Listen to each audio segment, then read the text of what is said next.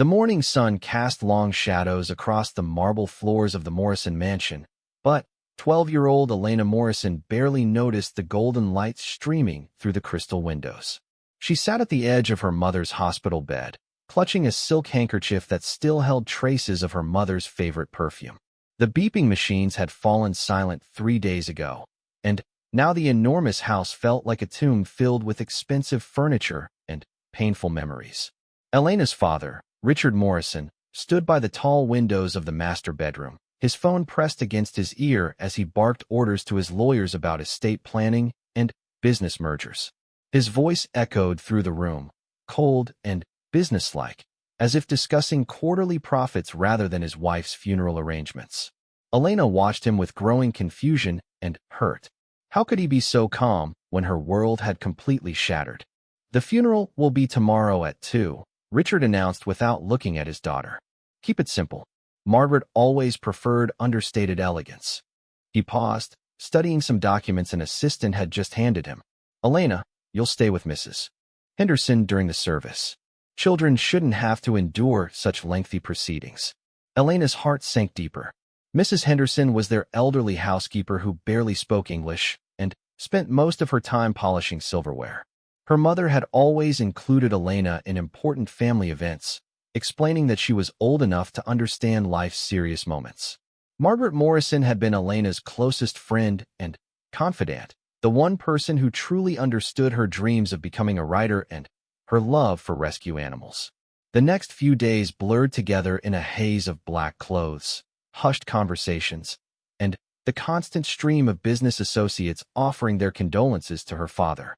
Elena noticed how quickly their sympathy turned to discussions about investment opportunities and market trends. She felt invisible among the adults, like a small ghost haunting her own home. After the funeral, Richard became even more absorbed in his work. Morrison Industries was expanding into international markets, and he spent most of his time traveling or locked in his home office during marathon video conferences. Elena would often stand outside his office door, hearing fragments of conversations about billion-dollar deals and corporate acquisitions, but never about her or how she was coping with her mother's death. The household staff, once warm and attentive under Margaret's guidance, began to treat Elena with professional distance. Without her mother's gentle oversight, they seemed uncertain about their roles and responsibilities. The cook, Mrs. Patterson, still prepared elaborate meals, but she served them in the formal dining room where Elena sat alone at a table meant for 20 people. The conversations she used to enjoy with her mother were replaced by the hollow echo of her own fork against fine china. Elena's grades began to slip at her prestigious private school. Teachers who once praised her creative writing assignments now sent concerned notes home about her lack of focus and participation. Her closest friends from school lived in different neighborhoods, and without her mother to arrange playdates and social activities, Elena found herself increasingly isolated. She spent hours in her room, writing in the leather journal her mother had given her for her birthday, pouring out her loneliness and confusion onto the pages. One particularly difficult evening, Elena wandered through the mansion's many rooms, remembering how different everything felt when her mother was alive. The library where they used to read together now felt cold and unwelcoming. The sunroom where her mother grew orchids had become a sterile space where the plants were slowly dying from neglect. Even Elena's own bedroom, once a cozy sanctuary filled with her mother's good-night kisses and bedtime stories, now felt too large and empty.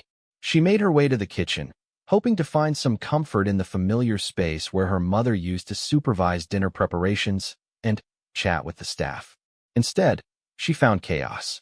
Mrs. Patterson was arguing with one of the junior maids about grocery expenses, while 2 other staff members whispered among themselves about rumors of staff reductions. When they noticed Elena, their conversation stopped abruptly, and they offered polite but distant smiles. "Miss Elena, you shouldn't be down here," Mrs. Patterson said, wiping her hands on her apron. "Would you like me to bring something up to your room?" Elena shook her head, feeling more alone than ever. She had hoped to find the warmth and belonging she remembered from when her mother would bring her to the kitchen for midnight snacks and impromptu baking sessions. Instead, she felt like an intruder in her own home. That night, Elena overheard a telephone conversation that changed everything. She had gone to her father's study to ask if they could visit her mother's grave together, but stopped when she heard his voice through the partially open door. He was talking to his business partner about reducing household expenses and streamlining operations, now that Margaret was no longer there to oversee domestic affairs. "The girl barely eats anyway," Richard said with casual indifference. "Cut the food budget in half. And we don't need so many staff members for just 2 people. Keep the essential ones, and let the others go." Elena pressed herself against the wall, her heart pounding as she realized her father viewed her as just another expense to be managed. She had always known he was busy with his business empire, but she had believed that deep down, he cared about her well-being. Her mother had often made excuses for his absence, explaining that he worked so hard to provide for their family. Now Elena understood that his work wasn't about providing for her. It was simply who he was, and she was just an inconvenience in his carefully ordered world. The following week, Elena noticed subtle changes throughout the house. Meals became smaller and less frequent. Several staff members disappeared without explanation, their duties absorbed by the remaining workers who seemed increasingly stressed and overworked. The household budget cuts weren't immediately obvious to Elena, but she sensed a shift in the atmosphere. Conversations stopped when she entered rooms, and there was a tension among the staff that hadn't existed when her mother was alive. Elena's appetite, already poor since her mother's death, diminished further as the emotional weight of her situation became clearer. She pushed food around her plate during the increasingly brief and awkward meals, unable to find comfort in eating when everything else in her life felt so uncertain and cold. Her clothes began to hang more loosely on her small frame. But in the vast mansion where she often went hours without seeing another person, no one seemed to notice or care about the physical manifestation of her emotional starvation. The one bright spot in Elena's increasingly dark world came in the form of someone she had barely noticed before her mother's death. Rose Washington was a quiet woman in her 50s who worked as part of the cleaning staff. She had been with the Morrison family for only 6 months before Margaret's passing, hired on her mother's insistence that they needed additional help with the large house. Rose had worked mostly in the background, maintaining the guest wings and handling laundry duties that kept her away from the family's main living areas. Unlike the other staff members who seemed uncomfortable around Elena now, Rose had a gentle way of acknowledging her presence without making her feel like a burden. She would smile warmly when their paths crossed in the hallways, and sometimes Elena would hear her humming soft spirituals as she worked. There was something comforting about Rose's presence that reminded Elena of the warmth her mother had brought to their home. 3 months after Margaret Morrison's funeral, the changes in the household had become impossible to ignore. Richard's cost-cutting measures had transformed the once vibrant mansion into a place that felt more like a luxury hotel than a family home. Elena counted only 5 staff members remaining from the original team of 12, and those who stayed worked with the grim determination of people who knew their jobs hung by a thread. The most painful change for Elena was the dramatic reduction in meals. What had once been 3 carefully planned, nutritious meals served in the warm breakfast nook or family dining room had become sporadic offerings of simple foods delivered to whatever room Elena happened to be occupying. Mrs. Patterson, the cook, had been among the first staff members let go, replaced by a part-time meal service that delivered pre-made dishes twice a week. Elena often found herself staring into the massive refrigerator, looking at containers of expensive prepared foods that seemed designed for adult palates and sophisticated tastes. Her 12-year-old appetite, already diminished by grief, couldn't find comfort in cold salmon salads or exotic vegetable medleys. She longed for the simple foods her mother used to share with her: grilled cheese sandwiches cut into triangles, homemade chicken soup when she felt sick, or warm chocolate chip cookies fresh from the oven. The breakfast routine that had once anchored Elena's day had completely disappeared. Her father left for work before dawn, grabbing a protein shake and a handful of documents as he rushed out the door. Elena would wander down to the kitchen in her school uniform, hoping to find something appealing for breakfast, only to discover that the remaining staff members were too busy with their expanded duties to notice whether she ate or not. At school, Elena's teachers began to notice her declining energy and appearance. Her usually bright eyes seemed dull, and her once healthy complexion had taken on a pale, tired quality. During lunch periods, she would sit alone at a table in the cafeteria, picking at the expensive catered meals her school provided while watching other students laugh and share stories about their family dinners and weekend activities. Elena's creative writing, once her greatest strength and joy, suffered as her world became smaller and more isolated. Her essays lacked the vivid imagination and emotional depth that had previously impressed her teachers. When Mrs. Coleman, her English teacher, asked her to stay after class one afternoon, Elena feared she was in trouble for her declining performance.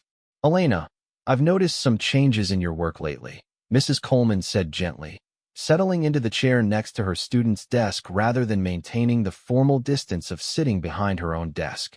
"Your recent assignments seem different, less connected. Is everything all right at home?"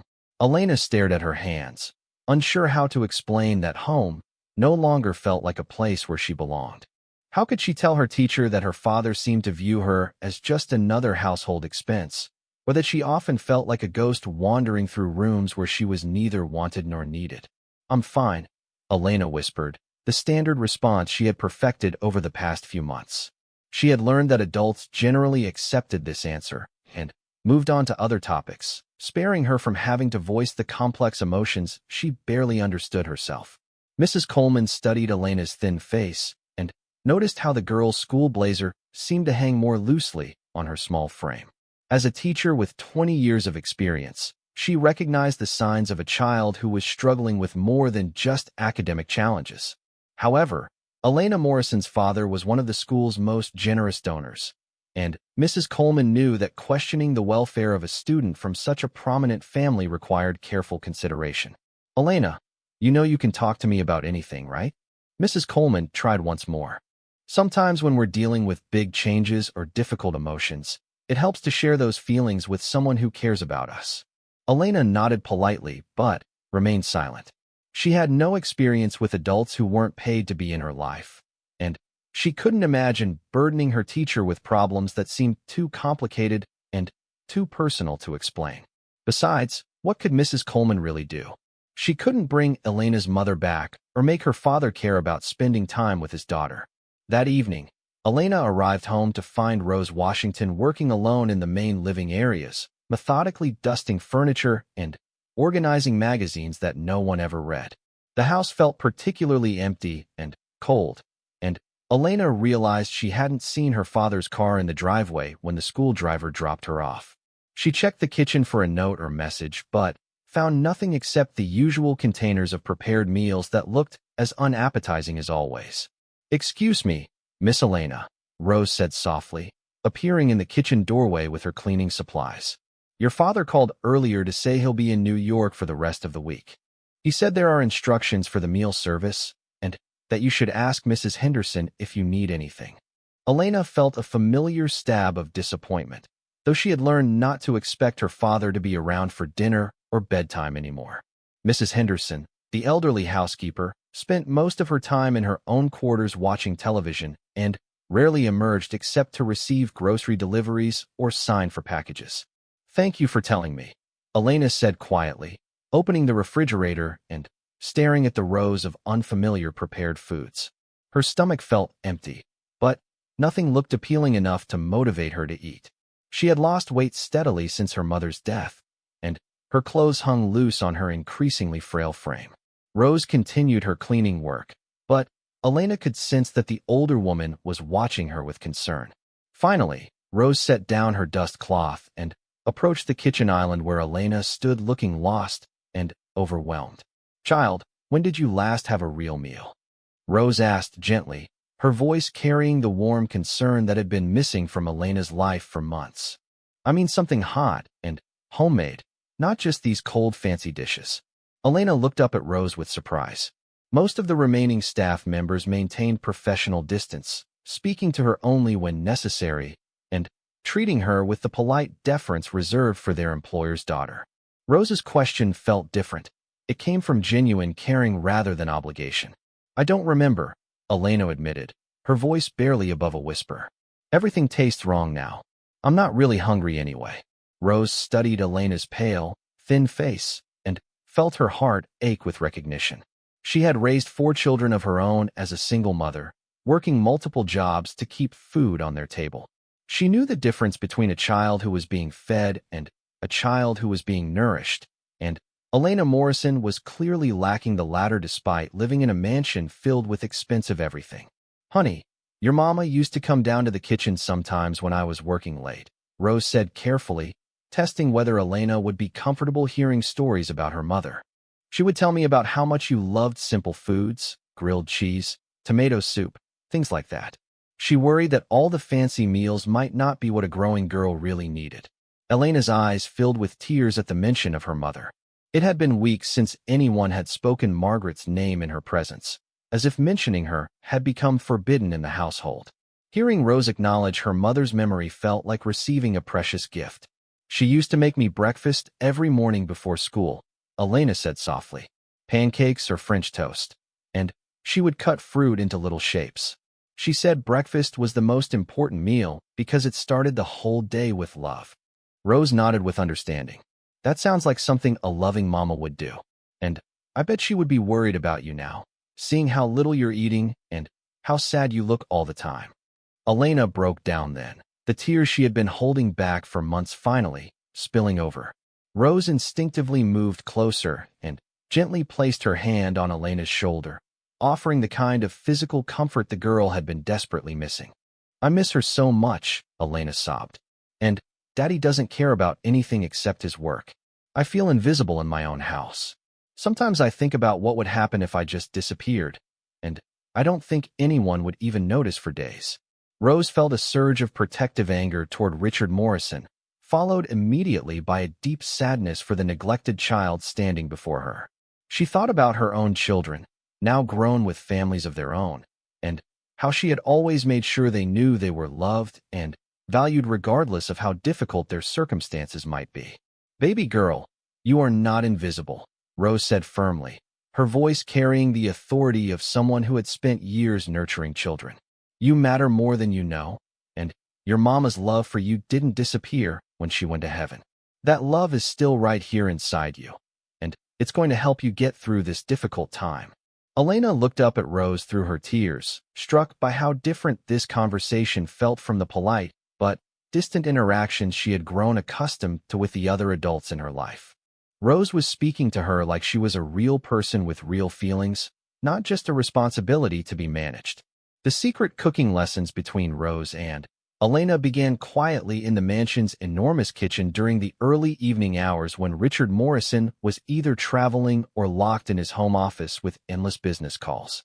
Rose had carefully observed the household routines and knew that the remaining staff members typically finished their duties by 6 o'clock, leaving the kitchen empty until the next morning's minimal breakfast preparations. Elena's first lesson was making scrambled eggs, something Rose considered essential knowledge for any person living alone. She watched as Elena's thin fingers struggled to crack the shells without getting fragments into the bowl, and gently guided her hands to show the proper technique. Elena was initially clumsy and nervous, afraid of making mistakes that might end these precious moments of connection, but Rose's patient encouragement helped her relax. "Cooking isn't about being perfect, sweetheart," Rose explained as she showed Elena how to whisk the eggs until they were smooth and creamy. "It's about nourishing yourself and the people you care about. Your mama understood that. She told me once that she wanted you to learn practical skills along with all the fancy education you're getting." Elena absorbed every word, both about cooking techniques and about her mother. These stories Rose shared were like precious gifts, filling in details about Margaret Morrison's thoughts and concerns that Elena had never known. She learned that her mother had worried about Elena becoming too dependent on others for basic needs, and had planned to teach her daughter practical life skills once she recovered from her illness. As weeks passed, their cooking sessions expanded beyond simple breakfasts to include basic soups, sandwiches, and even some traditional Southern dishes that Rose had learned from her own grandmother.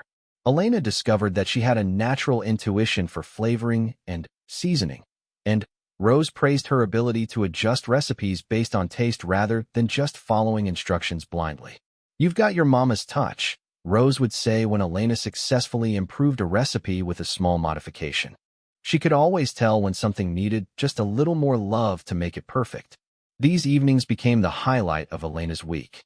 She would rush home from school, complete her homework quickly, and then wait anxiously for the house to grow quiet, so she could slip down to the kitchen where Rose would be waiting with ingredients and gentle instructions. Elena began eating better for the first time since her mother's death, finally finding foods that satisfied both her physical hunger and her emotional need for comfort. More importantly, Elena was learning to trust an adult again. Rose listened when Elena shared stories about feeling invisible at school, acknowledged her anger toward her father's neglect, and validated her grief without trying to rush her through the healing process. Rose had a way of hearing Elena's feelings without judgment while still encouraging her to hope for better days ahead. Baby girl, grief is like learning to walk with a broken leg, Rose explained one evening as they waited for homemade bread to finish baking. It hurts something fierce at first, and you think you'll never feel normal again. But if you take care of yourself and let the healing happen naturally, you'll find you can walk again. Maybe not exactly like before, but strong enough to get where you need to go. Elena felt understood in a way that had been missing from her life since her mother's death. The school counselor who had briefly attempted to help her had spoken in clinical terms about stages of grief and adjustment periods, making Elena feel like her emotions were problems to be solved rather than natural responses to devastating loss. Rose's gentle wisdom came from personal experience with hardship and loss, making her guidance feel authentic and trustworthy. However, their secret friendship faced its first serious threat when Mrs. Henderson, the elderly housekeeper, noticed that kitchen supplies were being used more frequently than expected. During one of her rare appearances in the kitchen, she discovered evidence of cooking activities that didn't match the minimal meal service the Morrison household was supposed to be receiving. "Someone has been using this kitchen for unauthorized activities," Mrs. Henderson announced to the remaining staff during their weekly meeting. Her tone suggested suspicion and disapproval, and her eyes fell meaningfully on Rose. "Mr. Morrison has given specific instructions about household expenses and staff boundaries. Any unauthorized use of household resources could result in immediate termination." Rose felt her heart race with fear, not for herself, but for Elena. She knew that losing this job would mean returning to the cycle of multiple part-time positions that barely paid enough to support her family. But, more importantly, it would mean abandoning Elena when the girl was just beginning to trust and heal. Rose had seen too many children left to struggle alone, and she couldn't bear the thought of Elena returning to her dangerous pattern of barely eating and complete emotional isolation. That evening, when Elena arrived in the kitchen for their usual lesson, Rose sat her down for a difficult conversation. She explained that their cooking sessions had been noticed, and that continuing them might put Rose's job at risk. Elena's face went white with fear and disappointment. "Please don't stop helping me," Elena begged, tears filling her eyes. "You're the only person who cares if I eat, or if I'm sad, or if I need someone to talk to. I promise I'll be more careful.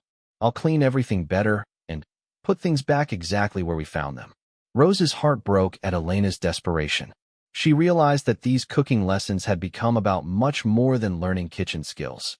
They were Elena's only source of nurturing and emotional support. Rose made a decision that went against her practical nature, but honored her deeper values about caring for children in need. "Sweetheart, we're going to be extra careful, but I'm not going to abandon you," Rose said firmly. "Sometimes doing the right thing means taking risks. Your mama would want someone to look out for you, and I can't sleep at night knowing you're going hungry and hurting when there's something I can do to help." They developed an even more careful routine, using only ingredients that Elena could purchase herself with her allowance, and cleaning every surface meticulously to hide evidence of their activities. Elena learned to pack away cooking supplies in a small storage area Rose had identified, and they established coded signals to indicate when it was safe to meet in the kitchen. During this period of increased secrecy, their bond deepened even further. Rose began sharing stories about her own children and the challenges she had faced as a working single mother. Elena learned about Rose's daughter Keisha, who was studying to become a nurse, and her son Marcus, who worked as a mechanic while taking night classes. Rose's pride in her children's accomplishments was evident, and Elena found herself imagining what it would feel like to have a mother figure who celebrated her achievements and supported her dreams.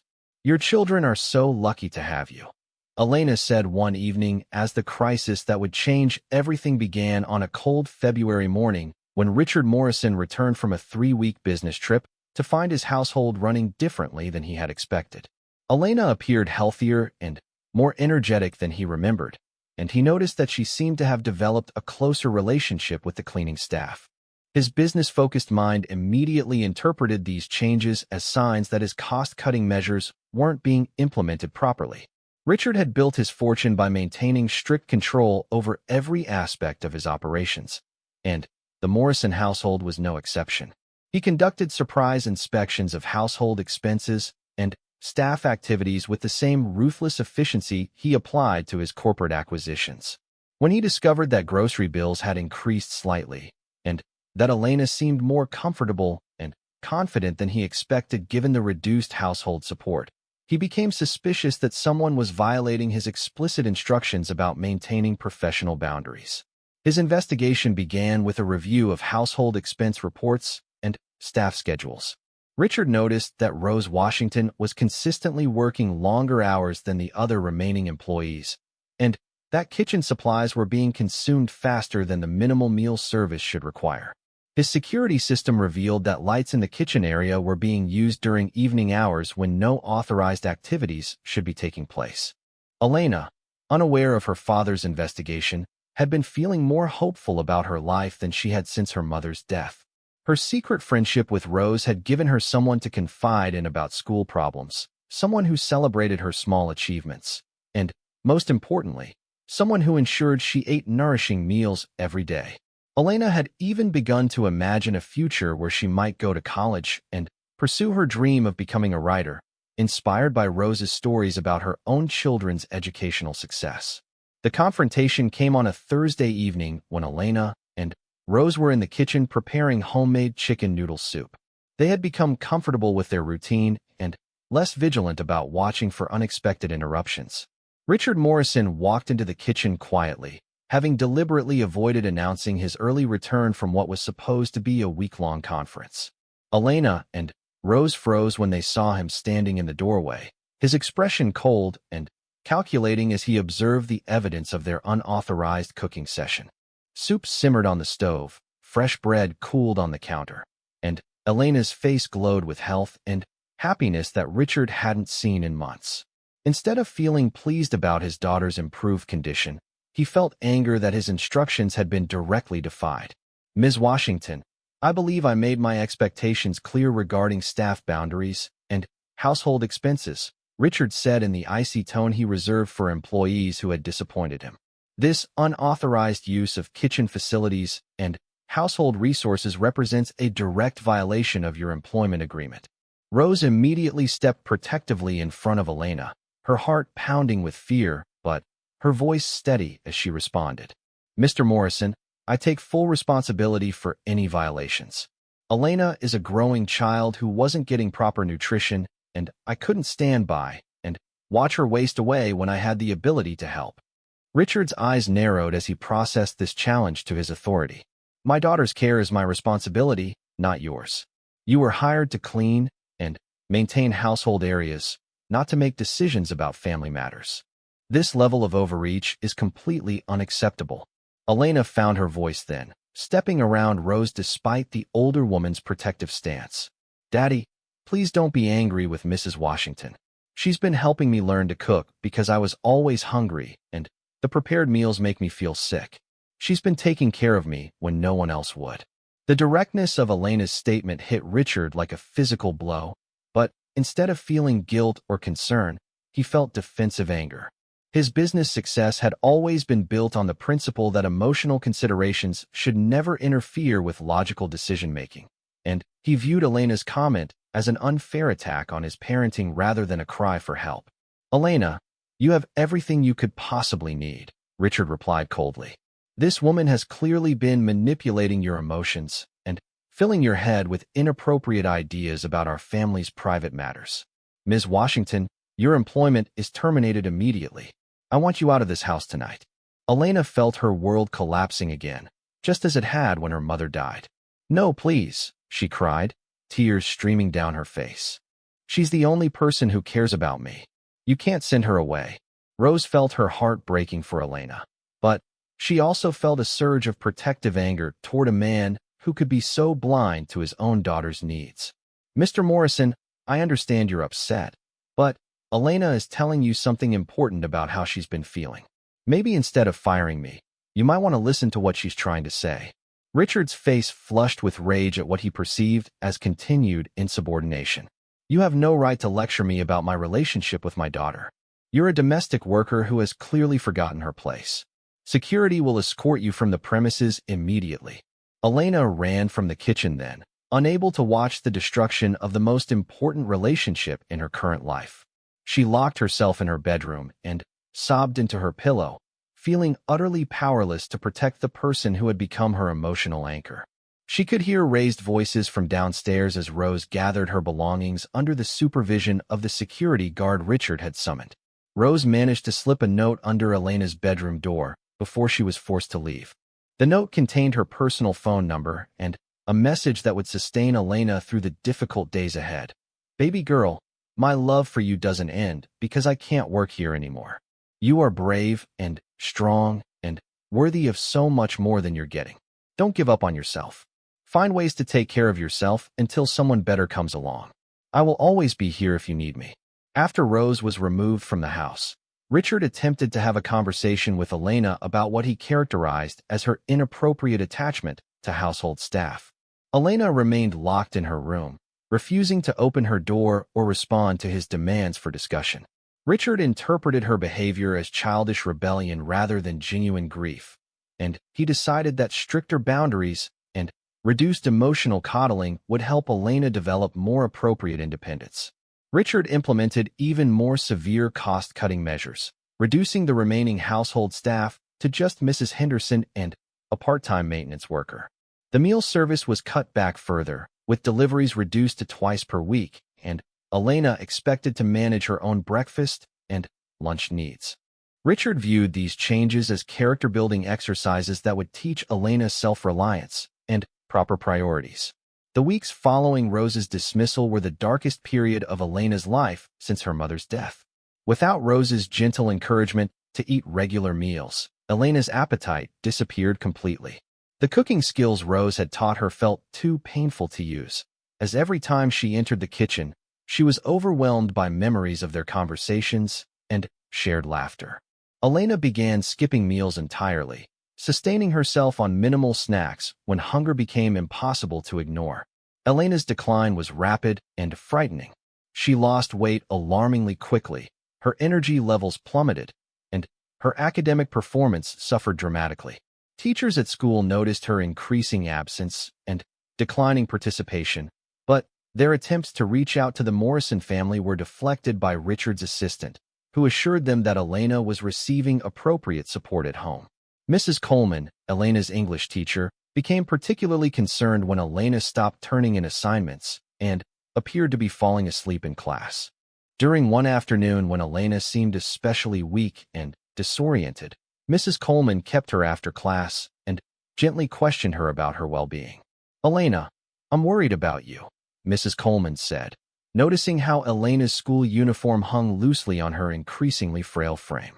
"You seem exhausted all the time, and your work has changed dramatically. Are you eating properly? Are you getting enough sleep?" Elena wanted desperately to tell Mrs. Coleman about everything that had happened, but she had learned that adults in her world typically prioritized her father's authority over her actual needs. She was afraid that reaching out for help would only result in more restrictions and possibly get Mrs. Coleman in trouble for interfering with family matters. "I'm fine," Elena whispered, the automatic response that had become her default way of avoiding difficult conversations. "Just tired from staying up late with homework." Mrs. Coleman studied Elena's pale, thin face and felt deep concern, but she also knew that approaching parents like Richard Morrison required careful consideration. She decided to document her observations and consult with the school's guidance counselor about the best way to address her concerns without creating additional problems for Elena. At home, Elena spent most of her time in her bedroom, writing in the journal. By the end of March, Elena had reached a point of physical and emotional crisis that could no longer be ignored. She had lost so much weight that her school uniform hung on her like a tent, and her energy levels had dropped so dramatically that she could barely climb the stairs to her bedroom. Her skin had taken on a grayish pallor, and her once bright eyes seemed hollow and unfocused. Elena was slowly starving in a house filled with expensive food, surrounded by luxury, but lacking the most basic human need for care and connection. The transformation in Elena's appearance finally caught the attention of her father during one of his brief appearances at home. Richard had returned from a business trip to find Elena sitting listlessly at the kitchen island, staring at an untouched container of prepared salad that had been her only food for the past 2 days. Even his business-focused mind couldn't ignore how dramatically his daughter's health had deteriorated. "Elena, you look terrible," Richard said with characteristic bluntness. "Are you sick? Should I have Mrs. Henderson call a doctor?" Elena looked up at her father with eyes that seemed too large for her gaunt face. "I'm fine, Daddy," she whispered automatically, though even speaking required more energy than she felt she possessed. "Just tired." Richard studied his daughter more carefully and felt an uncomfortable stirring of concern that he quickly pushed aside. He had important meetings scheduled for the next few days, and dealing with childhood dramatics wasn't something he had time to address properly. Instead, he decided that hiring additional household help might solve whatever problems Elena was experiencing. "I'll have my assistant arrange for better meal service," Richard announced, already reaching for his phone to delegate the problem to someone else. "Maybe a nutritionist or a proper cook. You need to start taking better care of yourself." Elena wanted to tell her father that she didn't need expensive solutions. She needed someone to care whether she ate, someone to notice when she was struggling, someone to ask how her day went, and listen to the answer. But she lacked the energy for such a conversation, and her father was already walking away while issuing instructions to his assistant about household management services. That evening, Elena sat alone in the vast kitchen, surrounded by the institutional silence that had become her constant companion. She opened one of the prepared meal containers and tried to force herself to eat, but the food tasted like cardboard, and her stomach seemed to have forgotten how to process normal amounts of nutrition. After managing only a few bites, she gave up and trudged back to her bedroom, feeling defeated by something as basic as feeding herself. It was on this night of deepest despair that something extraordinary began to happen. Elena was awakened around midnight by the faint sound of movement in the kitchen below her bedroom. At first, she thought it might be Mrs. Henderson making her occasional late-night tea, but the sounds were different, more purposeful and organized than the elderly housekeeper's shuffling movements. Curiosity overcame her exhaustion, and Elena wrapped herself in her bathrobe to investigate. She crept down the main staircase and paused at the kitchen entrance, completely unprepared for what she discovered. The kitchen was filled with the warm, comforting aroma of homemade soup, and a covered bowl sat on the island counter with a folded piece of paper beside it. Elena approached the bowl with trembling hands and unfolded the note, which was written in Rose's familiar handwriting. "Baby girl, I know I can't be there with you, but love finds a way. This soup is made with all the care and hope I have for you. Please eat it, and remember that you are precious and worthy of good things. You are never as alone as you think you are." Elena lifted the bowl cover to find perfectly prepared chicken noodle soup, still warm and fragrant with the herbs and seasonings Rose had taught her to appreciate.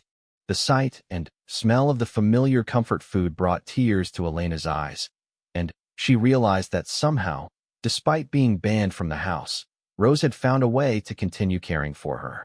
Elena ate the entire bowl of soup, feeling warmth and nourishment spread through her body for the first time in weeks. The food seemed to revive something essential in her spirit, and she felt a flicker of the hope that had been extinguished since Rose's dismissal.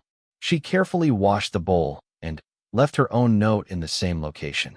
"Thank you. I needed this more than you know. I miss you." The next morning, Elena woke feeling more energetic than she had in weeks. She managed to eat breakfast and even participated in a class discussion at school, earning praise from Mrs. Coleman for her thoughtful insights about the novel they were reading. Elena went through her day with anticipation, wondering if the miraculous soup delivery had been a one-time gift or if Rose had somehow arranged ongoing support.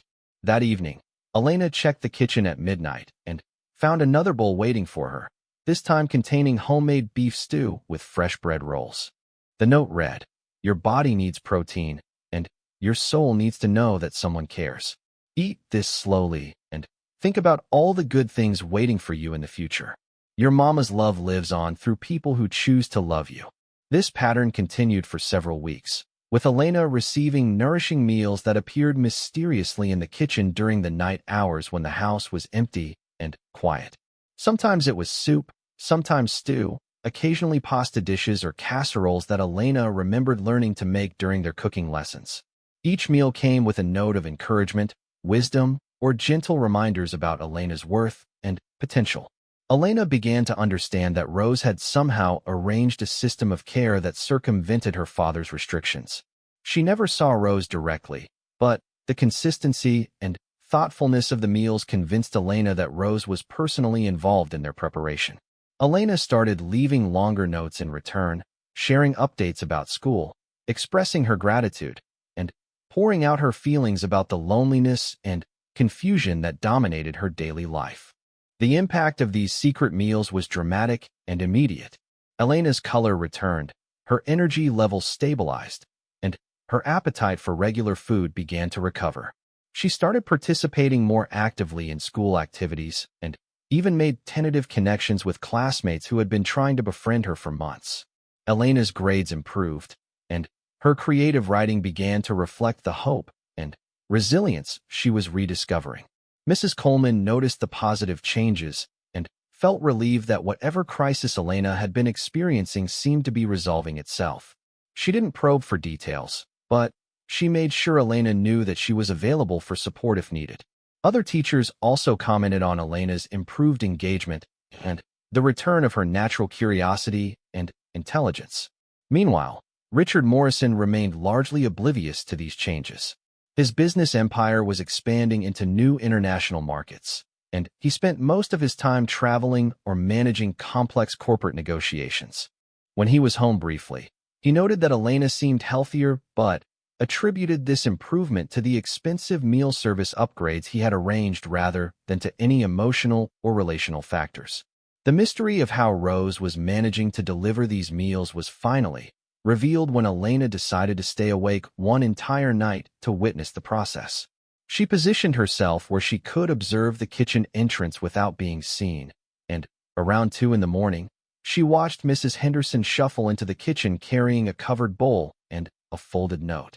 Elena realized that Mrs. Henderson, despite her apparent indifference and fear of Richard's authority, had been secretly cooperating with Rose to ensure Elena received proper care. The elderly housekeeper had been allowing Rose access to the house during late-night hours when Richard was traveling, or facilitating the delivery of pre-prepared meals that Rose cooked in her own home. The next morning, Elena approached Mrs. Henderson with new respect and gratitude. "Thank you for helping Mrs. Washington take care of me," Elena said quietly, not wanting to put the elderly woman in an uncomfortable position by demanding explanations. Mrs. Henderson looked startled and then slightly embarrassed. "I don't know what you're talking about, child," she said gruffly, but her eyes were kind. "I just make sure the kitchen is properly maintained. Sometimes I find things that need to be put away properly." Elena understood that Mrs. Henderson couldn't acknowledge her role openly, but the older woman's willingness to risk her own job security to help a neglected child spoke volumes about her character and her hidden compassion. As spring progressed, Elena's physical and emotional recovery continued steadily. The regular nutrition and the knowledge that Rose still cared about her well-being provided the foundation Elena needed to begin rebuilding her sense of self-worth and hope for the future. She started making plans for high school applications, thinking seriously about college preparation, and even considering how she might eventually reconnect with Rose openly when she became an adult. The invisible soup had done more than provide Elena with necessary nutrition. It had taught her profound lessons about the persistence of love, the creativity that caring people use to overcome obstacles, and the importance of community support systems even in situations that seem impossible. Elena learned that love could be expressed through action even when words and physical presence were forbidden, and that hope could survive even in the darkest circumstances when people chose to care for each other. Elena's journal writing during this period reflected her growing understanding of the complex dynamics that had shaped her experience. She wrote about forgiveness, not for her father's neglect, but for her own sake, and about the difference between wealth and true security. She began to dream about using her eventual inheritance to create support systems for other children who found themselves emotionally orphaned despite living in material comfort. Most importantly, Elena discovered that she could survive and even thrive despite circumstances that had initially seemed overwhelming. The invisible soup had nourished more than her body. It had fed her spirit and taught her that love, once given genuinely, doesn't disappear even when relationships are interrupted by external forces. Elena carried this knowledge forward as she grew into a young woman who understood the true value of compassion and the responsibility that comes with the power to help others who are struggling.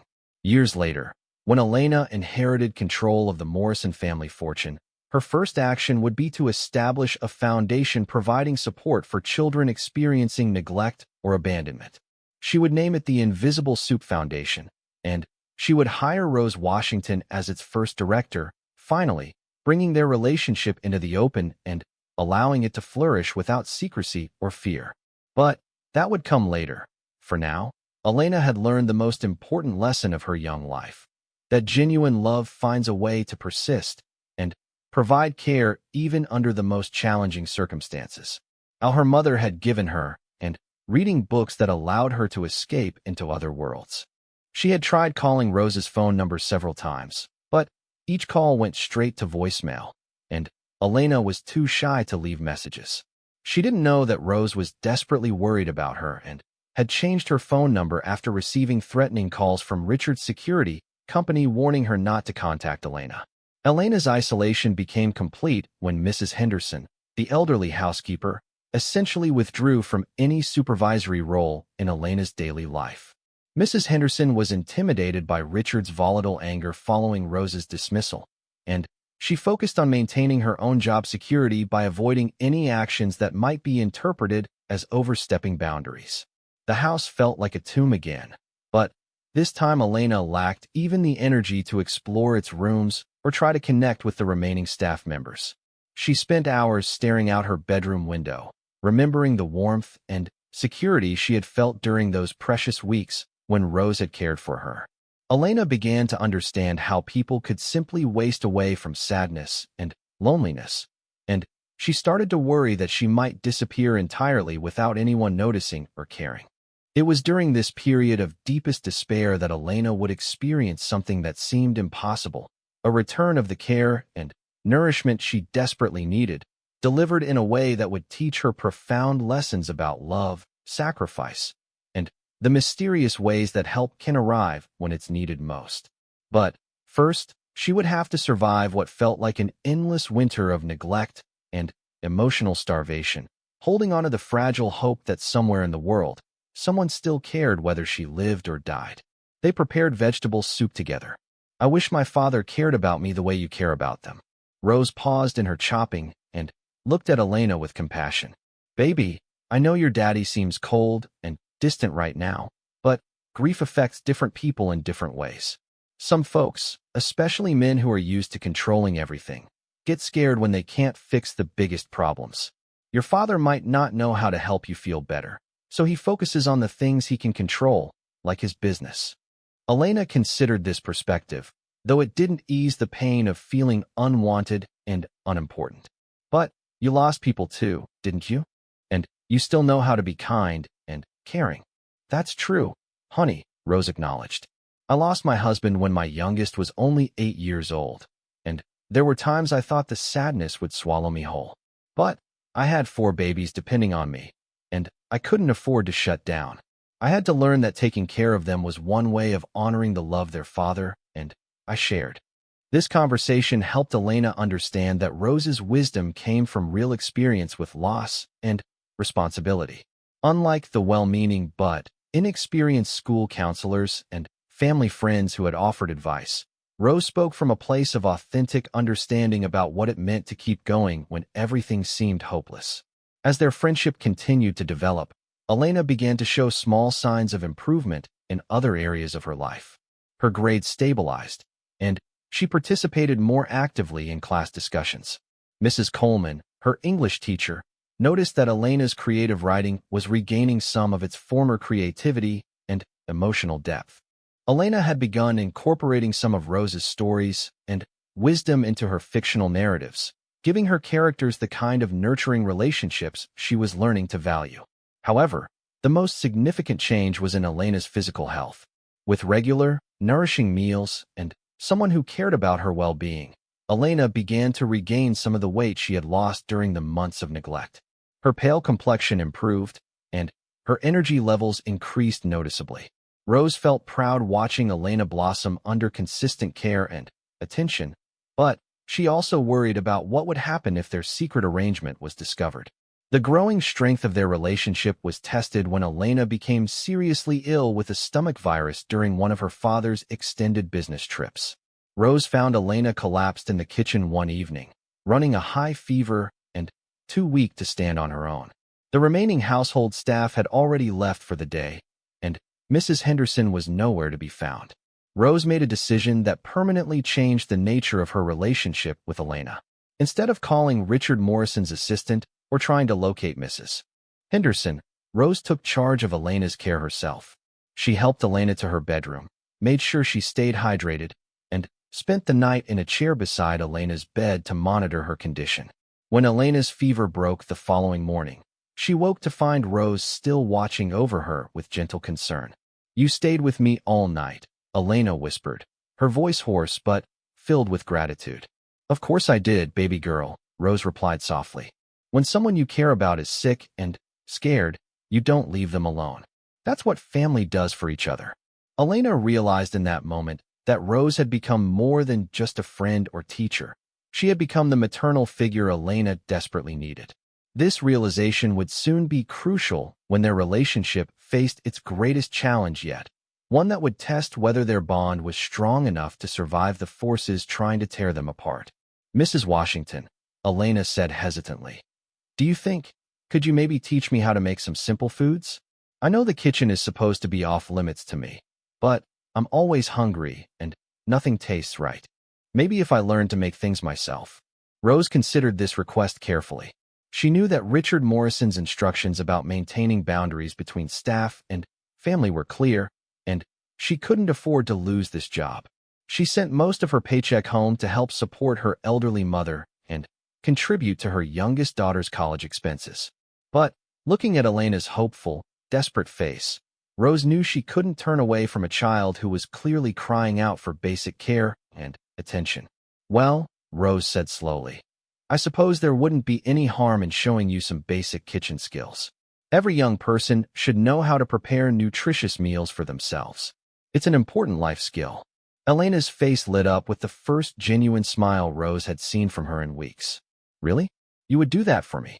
"Child, it would be my pleasure," Rose replied warmly. "But we'll need to be smart about it. I'll teach you things you can make safely on your own when I'm not here, and maybe sometimes when your father is traveling, we can practice together in the evenings after I finish my regular work." This conversation marked the beginning of a secret friendship that would transform both of their lives. Elena finally had an adult who saw her as more than just a burden or responsibility, while Rose found herself caring for a child who desperately needed the kind of nurturing attention she had always given generously to her own family. Neither of them realized that their growing bond would soon be tested by circumstances that would threaten to separate them forever. But for the first time in months, Elena felt a spark of hope that maybe she wasn't as alone in the world as she had believed. Elena began to notice that Rose worked longer hours than the other remaining staff members, often staying late to complete tasks that had previously been shared among more people. She moved through the house with quiet efficiency, never complaining about the increased workload despite being one of the lowest-paid employees. Rose treated every room and every object with the same care and respect, as if she understood that this house was someone's home, not just a workplace. One afternoon, while Elena sat in the library trying to concentrate on her homework, she overheard Rose gently correcting one of the newer staff members who had made a dismissive comment about spoiled rich kids. Rose's voice was soft but firm as she explained that grief looked different for everyone, and that losing a mother was devastating regardless of how much money a family had. Elena felt a spark of gratitude toward this woman who had defended her without even knowing she was listening. As the weeks passed, Elena found herself unconsciously seeking out the areas of the house where Rose was working. She would sit in the nearby sitting room while Rose cleaned the adjacent guest bedrooms, or linger in the hallway while Rose organized the linen closets. She never tried to start conversations, but Rose's presence provided a sense of comfort that Elena couldn't quite explain. It was as if Rose carried an aura of genuine caring that had become increasingly rare in Elena's world. Rose, for her part, seemed to understand Elena's need for gentle, undemanding company. She never tried to engage the grieving girl in forced conversation or offer platitudes about time healing all wounds. Instead, she simply continued her work with the same steady, nurturing energy that had drawn Margaret Morrison to hire her in the first place. Sometimes Rose would hum a little louder when she sensed Elena was nearby, filling the silence with melodies that spoke of hope and endurance without requiring any response. Elena's world had become very small and very quiet, but in Rose's presence, she began to remember what it felt like to be seen as a whole person rather than just an inconvenience or responsibility. She didn't yet understand how profoundly this connection would change her life, but something deep in her wounded heart recognized Rose as someone who might understand her pain and offer the kind of caring that had disappeared from her life along with her mother.